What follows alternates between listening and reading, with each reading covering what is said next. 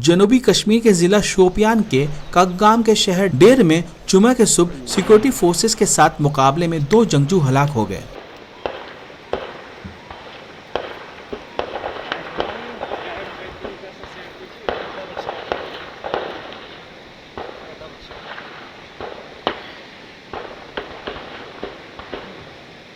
ज़राए के मुताबिक पुलिस, सीआरपीएफ और फौज की मुश्तरका टीम ने जुमे की सुबह एक सर्च ऑपरेशन शुरू किया। इलाके में मौजूद अक्सरियत पसंदों ने फोर्सेस पर फायरिंग कर दी। अहलकार के मुताबिक फोर्सेस ने वापस कार्रवाई की, जिसमें फायरिंग से एक तसादुम हुआ, जिसका नतीजा 2 अक्सरियत पसंदों की हलाकत के साथ खत्म हुआ।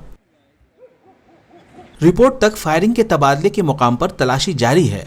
बताया जाता है कि मकतूल अक्सरियत पसंदों की शनाख्त की जा रही है।